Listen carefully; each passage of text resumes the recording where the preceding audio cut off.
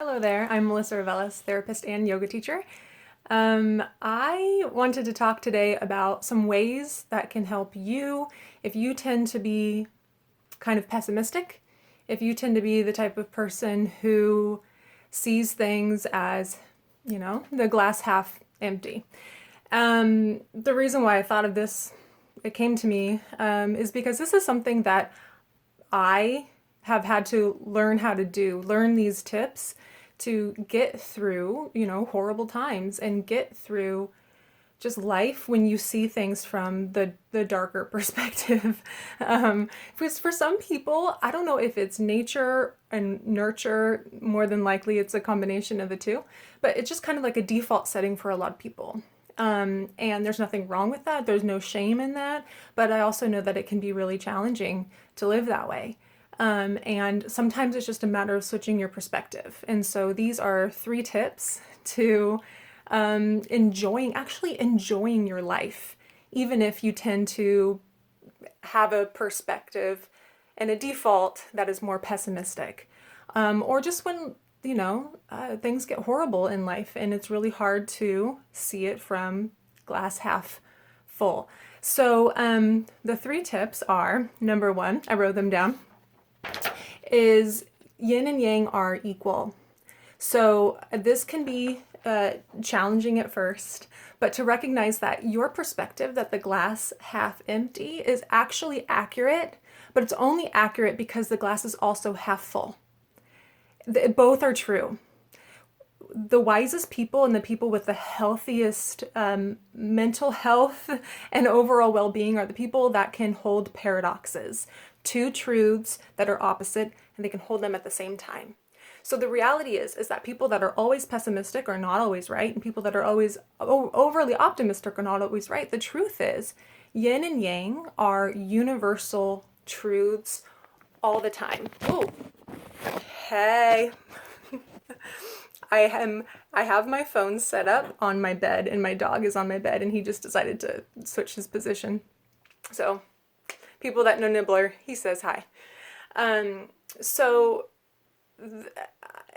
believe that one of the things that has really helped me, and I believe that it can help a lot of other people, actually enjoy your life if you run off of default pessimism, is to recognize that there's universal truth in the law of yin and yang, which if you see that symbol inside of your own mind, it is equal light and dark, black, white. It's equal all the time. Meaning that if you have the perspective and the belief inside of your mind and inside of your heart that it is true, that there will always be equality in the lightness and the darkness. So even if your life seems overly dark all of the time, there can be something that allows there to be room to breathe and room for enjoyment and room for the lightness to come in, knowing that the universe will always balance itself out. Now, will it balance itself out right here, right now, in your life in particular? We don't actually always know that. We don't know what's coming around the corner. But if you have a belief that yin and yang is true, that is a universal law, it is a principle that applies to the whole universe, and so above, so below, so within, so without, that whole idea that the universal laws that apply to everything apply to us. And if you believe that it's possible that the glass can be half full and half empty at the same time, then it doesn't negate your perspective of pessimism. You can hold that truth. It's true. Like we're not idiots for feeling that way. There's no shame in feeling, and seeing the world that way. But to hold the other truth at the same time, that the universe will always balance itself out, that there will always be lightness, even if you can't see it, knowing that it's there somewhere on the other side of the world, on the other side of the planet, happening for another person.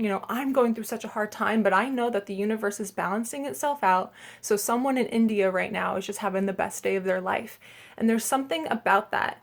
Just it brings a sense of peace and relief to me personally. So I wanted to share that because if that resonates with you, it could bring peace for you as well. So that brings me to number 2, which is resistance makes it worse. Meaning, okay, it's true that there is half of the universe is dark. There's so much pain. We experience so much pain. We are experiencing globally a lot of trauma right now with the pandemic. So to act as if the glass is not half empty when it is actually can make it worse. Pretending that it's always half full can make it worse. And overly getting saturated in the fact that it's half empty makes it worse. And pushing it away, right? By pretending that the glass is half full. Sorry if that got confusing. So I will continue to speak and hopefully I can clarify. So the point being is that if you're using the rule tip number 1, that yin and yang is always happening, meaning there's always equal light in the universe, that can make it so that things that used to be bullet wounds are now just like thorns in your side, right? It's irritating, but you can get through it. But the reality is that sometimes it is a bullet wound. Sometimes it is. And if you ignore the fact that it's a bullet wound and you don't tend to that bullet wound with care and proper attention, it's only going to get worse. It's only going to get infected. Meaning, if you don't look at it, if you resist it, if you avoid it, if you pretend that it's something that it's not, then it will get worse. So tip number 2 for actually enjoying your life is to actually make space for darkness and pain. Notice yourself being afraid. It's okay to be afraid, but then it also builds resilience to know that you don't have to be afraid of pain all of the time. That it is natural and it is a part of being alive, and it is something that you have dealt with before and you can deal with it again. You've dealt with pain before and you can and you will deal with it again. It's not going to kill you. If anything, it's so cliche, but it can make you stronger, right? It builds resilience. So that the next time something painful happens, it moves through you and you're able to process it, maybe with a little bit more care and faster. You don't sit with that bullet wound for years. Maybe it goes through you for a couple days or a couple weeks, and then you start to feel yourself getting stronger again. So do the best that you can not to resist when the glass is half empty. Embrace it as best you can. This is natural. It's okay to grieve. It's okay to let this affect you. Sit with it, be with it. Don't push it away. Don't try to be overly optimistic with it. Let it work its magic and it will go away. And this brings us back to number 1, is it will go away. This too shall pass is real. So if you can hold that pain, let it process. Tell yourself, I'm okay. I'm safe. I'm safe through this. I got this. I'm here for myself during this painful time. It can be incredibly healing and transformative. You can actually, and I know this sounds totally nuts, especially if you're in the darkest place right now, it can actually make the darkness enjoyable in some way, in the sense that you recognize that it's just another part of being alive, and life itself is there's something magical about it. And that brings us to number 3. So as I said in the beginning, yoga teacher, yogic perspective, obviously, with the whole yin and yang thing. Number 3 is one of the yogic principles, one of my favorite yamas of all time. It's called Brahma Chharia. I'll hold that up so you can look at it for just a second longer, which basically means to walk with God. That's the literal translation. The way that I like to think of it is it's about savoring your life, knowing that all of life is a miracle. Everything in life is a miracle, the good and the bad. The bad is somehow or another, even though it doesn't feel good and it feels like it's going to kill us and destroy us, which it won't. Number 2 says it won't kill you if you sit with it and let it pass through you. If you can do that, then there's something, if you're able to really see that everything in life is a miracle, that everything in life is somehow sacred or somehow serves a purpose. I think it was Albert Einstein who said, there's 2 ways to live your life. 1, that everything is a miracle, or 2, that nothing is a miracle. And you just have to decide. Everything, right? If it's the yin and yang, everything, the whole thing, all the lightness and the darkness, it all is something of substance, something of wonder.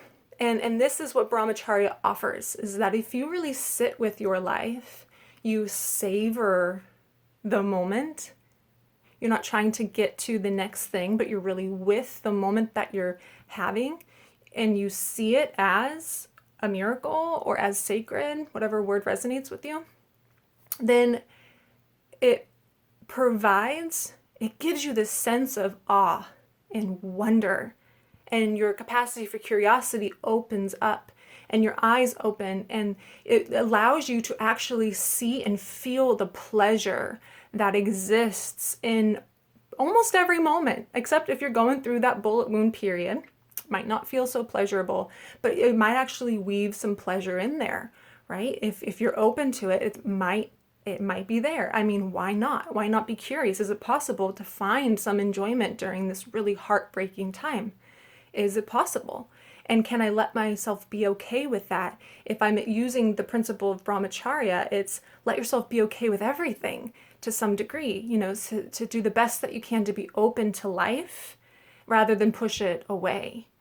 So I absolutely love that principle of brahmacharya, and that is the thing that is one of the number one things that has helped me personally during this pandemic time, is to practice savoring the moment. Just savor it. If you're outside laying in the grass, just like savor it, sip it in, see how great it can feel just to be alive in the moment. So even if you're feeling pessimistic, even if it's horrible, if you can slow it down and just savor the moment that you're in, it might help you to feel the pleasure that might be there. It might help you to open yourself up to appreciation and gratitude. And of course, having a daily appreciation and gratitude practice is immense. That's another thing that I've been practicing during this time in particular. Every single day, I write down 5 things that I'm grateful for about myself and my life. And then I always do a number 6, which is something that I'm grateful to my partner for in particular, because that's an area of my life that I'm really focused on lifting up and healing. So whatever area of your life you're working on lifting up and healing, what's the thing you want to work on having appreciation for, not taking it for granted? That's what that principle brahmacharya can offer. And you can open yourself up to actually enjoying your life, even when things are really hard. And when you have a default setting that's a little bit more pessimistic, which is totally me. I mean, my friends would totally tell you that I'm more of pessimistic. I'm more of a wet blanket, I would say. And that hasn't really changed, except for I have implemented some of these ways of seeing the world, and just these tips that have helped me personally enjoy life more, have helped my clients enjoy life more. And I hope that if any of this resonates with you and you decide to adopt it yourself, that it can help you too. All right. Thank you all so much for tuning in. Have a good one.